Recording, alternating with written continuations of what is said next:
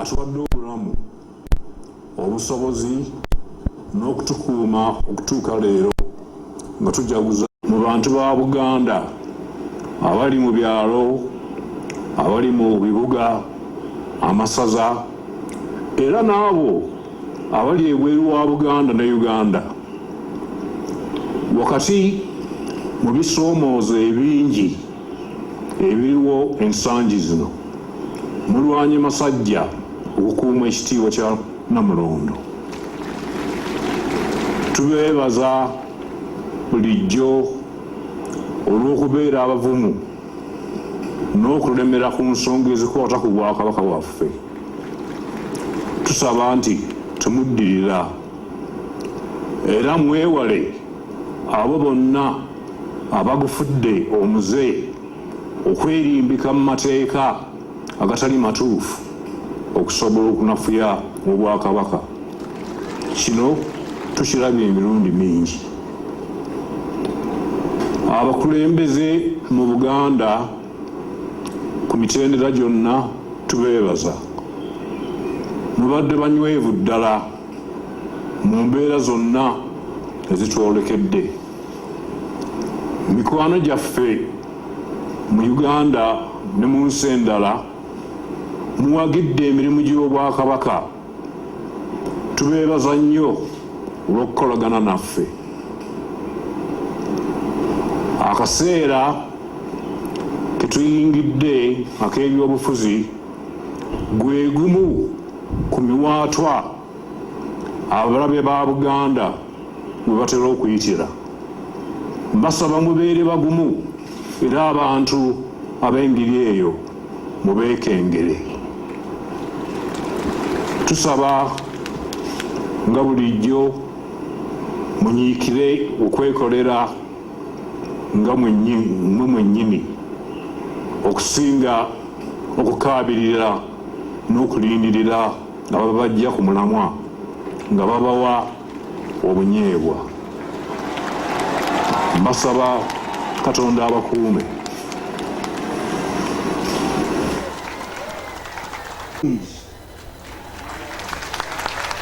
Awo siwe tugambira nti alhamdulillah.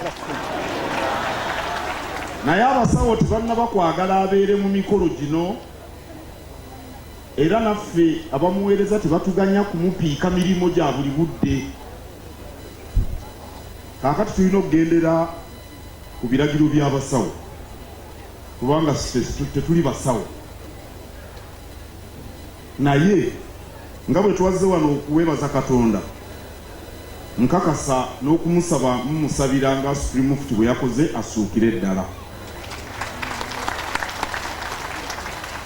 Ku lwange ne ku lw'ab'omu maka gange, ab'omu maka gange bakiikiriddwa mukyala wange ali wano. Ku lwa gavumenti ya Ssaabasajja ne ku lw'abantu ba Buganda bonna, njozaayoza beene okutuuka ku lunaku lwa leero. Mu myaka 32 bingi ebituukiddwako, oba oli awo bye tutandirabye singa Omuteregga tetubadde naye. Mbuga bw'abadde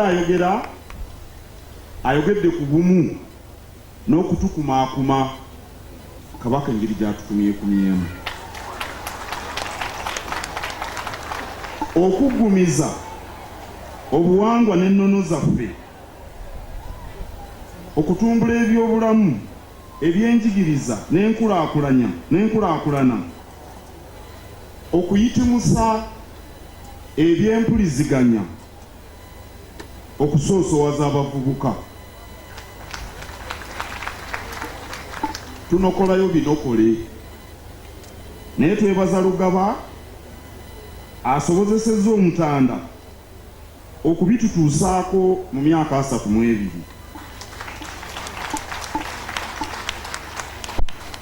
Ebitusoomooza nabyo bibaddewo. Eky'omukisa Kabaka waali. tujja kubivuunuka era tewaba akwata ku ttama, kubanga waliwo abaagala tukwate ku ttama tugwemu amaanyi tuyenjebuke. Kabaka waali tujja kubivuunuka. Ekikulu mu byonna tunywerere ku nnamunswa awatali kuwugulwa mu ngeri yonna. Atujja ku munnamunswa tetumuvuma naye tumutunuulire n'eriisa ejjogi. Atambula n'ennamunswa naffe gwe tuba tutambula naye. Njagala okubakakasa tujja kuba bawanguzi era tujja kuzza Buganda ku ntikko. Kammalirize nga neebaza Mbuga Omulangira Nakibinge olw'okutwaniriza ku lusozi luno Kibuli. Muneegatteko twebaze Supreme Mufti olw'essaala ey'enjawulo gye yaweereza olw'emyaka 32. Neebaza nnyo Sheikh Kiweewa muzzukulu wa Namuguzi, enjigiriza ye gaabadde makula meereere.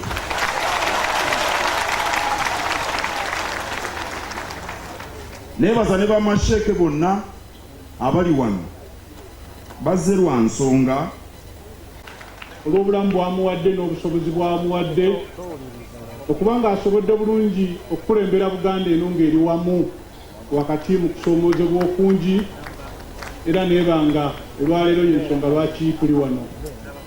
Tumusiima olw'emirimu emirungi gy'akoze ng'okukunga abantu ba Katonda mwenna okulwanyisa ekirwadde ekyamukenenya, okulwanyisa obwavu n'obutamanya awamu n'endwadde. Tusiima nnyo ebyo byonna byasobodde okukola n'okusingira ddala bannayuganda mwenna okubateekamu essuubi ti byonna bijja kutereera bye tusonna bye tusangamu okusoomoozebwa. Twebaza abantu ba Kabaka mwenna olw'okumuwagira ate n'okuboola abo bonna abadde bagezaako okunyeenya Namulondo. Mwebale nnyo, mwebalire ddala, era ne tuba ng'olwaleero fye ensonga lwaki tuli wano n'abaseekezi bonna musobodde okubalinnya ku nkeeke. Twebaza obukulembeze obw'Emmengo emirimu gye bukola n'okuba nti bakkiriza omukolo guno gubeere wano ku kasozi Kibuli, era nga kyekimu ku biraga obumu n'okukwatagana bw'abantu baffe wano mu Buganda ne mu Uganda okutwalira awamu. Njagala nnyo okumusiima Beene Kabaka wa Buganda olw'obuwagizi bw'atuwadde wano mu bukulembeze Ekibuli, era n'enkolagana ennungi gye tulina naye wakati mu kusoomoozebwa n'abamu ku basajja be baali baagala okumukyusakyusa okulaba obulala ebintu by'obukulembeze bwa wano, naye tumwebaliza ddala okuba tetusigadde nga tutegeeragana, tukwatagana, era tusiima nnyo omukwano ogwo oguvudde emabega mu bakadde baffe emyaka n'ebisiibo, era nga gujja kugenderera. Olwaleero ndowooza gwe mukolo omunene okugenda okusembayo omwaka guno nga tetunagenda mu kulonda okuggyako obuyinza bwa Allah. Ekyo lwaki njagadde nnyo okuwa omukisa bano bannaffe bannabyabufuzi boogere buli gwe kituukako aleme kugamba nti omanyi gwe tewanyanjula, kyekyo lwaki bankubye.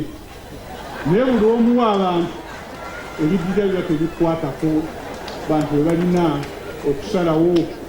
Saagala mukitwale mbadde mbamalira budde naye mubaddemu ensonga kugamba nti biibyo mweronde. Tuli bannakibuga ajja yeetisse gwe tutikkula tetulinaamu awo kizibu, naye wadde nga kiri bwe kityo yakutwala omukisa guno okukunga bannayuganda mwenna okutwalira awamu. Okulonda kujja saba mukwenyigiremu ku mitendera gyonna. Lino eddoboozi mu kaseera ngituusa bagamba nti obukulu tebukkirizaamu miwaatwa, tebukkiriza vacumu. Bwe munaaganda okubyenyigiramu atasobola ajja kukulembera ku kyalo ate otandika okubuuza nti naye kano kasempala kajja ddi wano okumpa amateeka naye nga gwe wagaana okugenda okufuuka omukulu otuuka awo bakusaba ebbaluwa ya LC kagambe nti esimumanyi ku kyalo kyange olukyako kakati bannaffe mbasaba nnyo ebintu bino mubibeeremu mubenga obuvunaanyizibwa mu butuukiriza ku mitendera gyonna mbasaba nnyo muwagire abo bonna abalina empapula abalina obumanyirivu abalina ebisaanyizo baba batuukiridde mubatunuulire mube nga muyimirira nabo omulembe gwe tuliko gwa kuvuganya tekijja kusanga wuwo era kinakusanga ku kkubo mubatunuulire abalina ebisaanyizo abalina obuvunaanyizibwa muyimire emabega waabwe tusobole okutambuza eggwanga lyaffe Uganda naye nga mbasaba abantu bano mubeetegereze nnyo olaba bannaffe bannakigwanyizi abayimirira eno n'eno balya mu lulumi eno mulugise abantu abo nyo mubamanyi nze sibamanyi temukuba nnyo mu ngalo mubeegendereze buli omu babeerawo bwe muba mulonda ekyo mukiteeke mu kugunja oleme gamba bugambi nti nnonda wange naye kasita omulabamu kawebolingi awo omanya nti oyo tajja kuggusa kibanga alaba kyakola bibye naye twetaaga abakule